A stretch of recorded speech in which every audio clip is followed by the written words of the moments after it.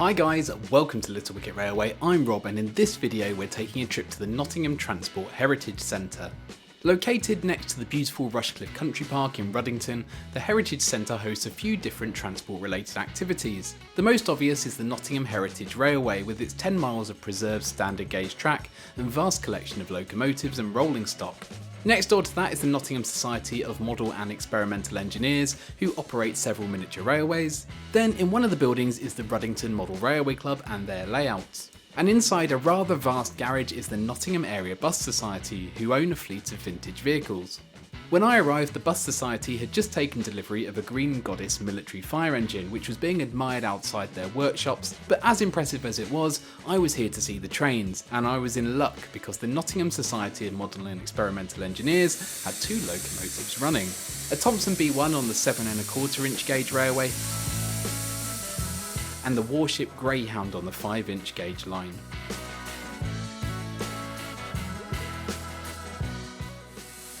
A ride on the railway only cost £1, and I started by taking a trip behind the B1.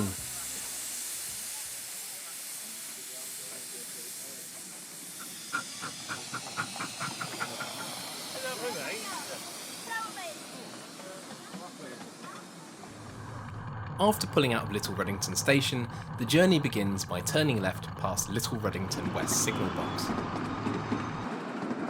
Shortly after that, the track curved to the right, passing the Society's workshops and sidings as it approaches the tunnel.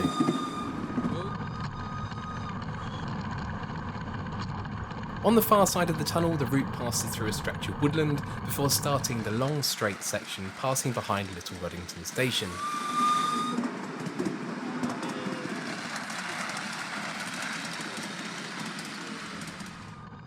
The 5-inch gauge line runs alongside here as it drops down into a cutting, but the 7¼ inch gauge line continues down towards the country park.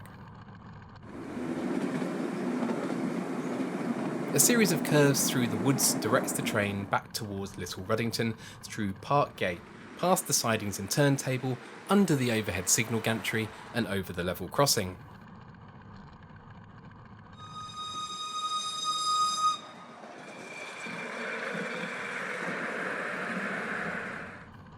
After turning left next to the children's playground, it's straight back past Little Ruddington East signal box into Little Ruddington station.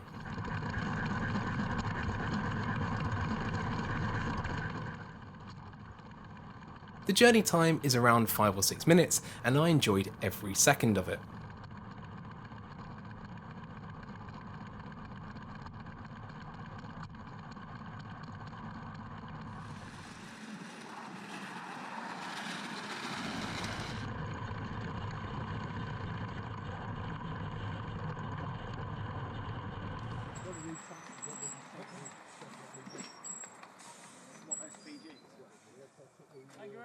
Then it was time to try out the 5-inch gauge line behind the Warship Greyhound with its Cornish Riviera headboard.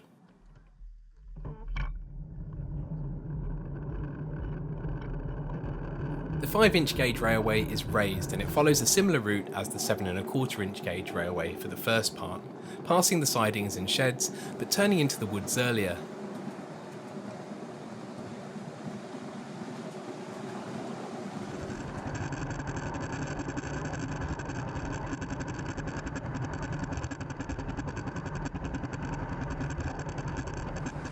Leaving the woods, it again runs alongside the wider gauge line before dropping down into a central cutting and into a tunnel.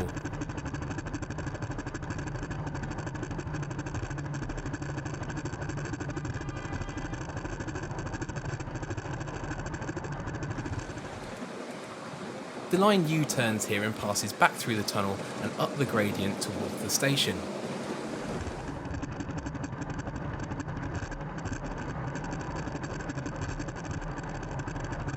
And on the way back, when you leave the tunnel, look out for the head shaped like an A1 on the right hand side. If you want to see the full unedited videos taken from the front of the locomotives, then I've uploaded these onto the second channel, LWR2, and I'll put a link in the corner of the video and in the video description. Having ridden both miniature railways, I decided to check out the standard gauge railway. The Nottingham Heritage Railway, formerly known as the Great Central Railway Nottingham, runs between Ruddington, just south of Nottingham, to the northern edge of Loughborough. Coming off this is a short branch that was previously used by the Ministry of Defence, and the Nottingham Heritage Centre is at the end of this branch.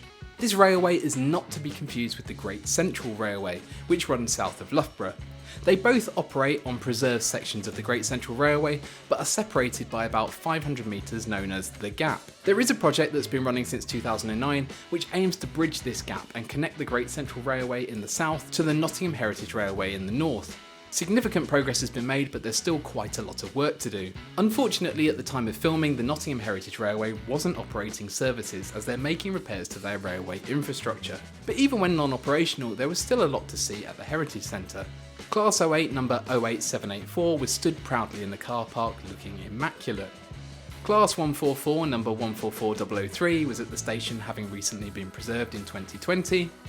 Class 37 number 37009 was sat in the yard alongside a rather smart looking Class 20 number 20154 and a variety of other smaller locomotives. There was also a very impressive 45-ton breakdown crane. In the sidings were a number of coaches displaying a variety of liveries, and in the distance I could just about make out a Class 43 power car. Although it might be a little while before you can ride these rails again, it will be worth the wait. You can keep up to date with the Nottingham Heritage Railway on Twitter, and I'll put a link in the video description. Having checked out the full size stuff, it was time to visit Ruddington Model Railway Club and see some smaller trains. Their clubroom holds 3 big layouts. A Thomas themed layout which saw Thomas, Percy and Gordon racing round Sodor.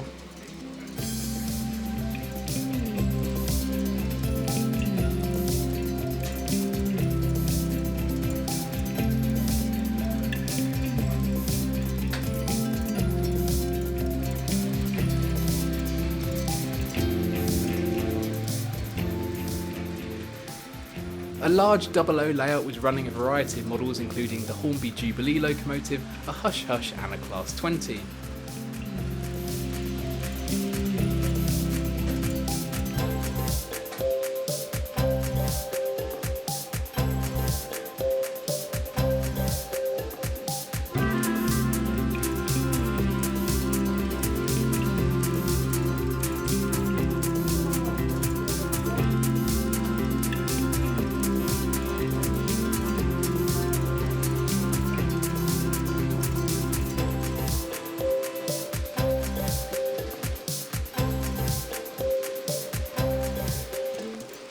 They were also operating a long O-gauge layout which was temporarily imitating the Farquhar branch, and it hosted a mixture of trains including a Network Rail ballast train, Mavis doing some shunting and a BR Ginty 3F tank engine.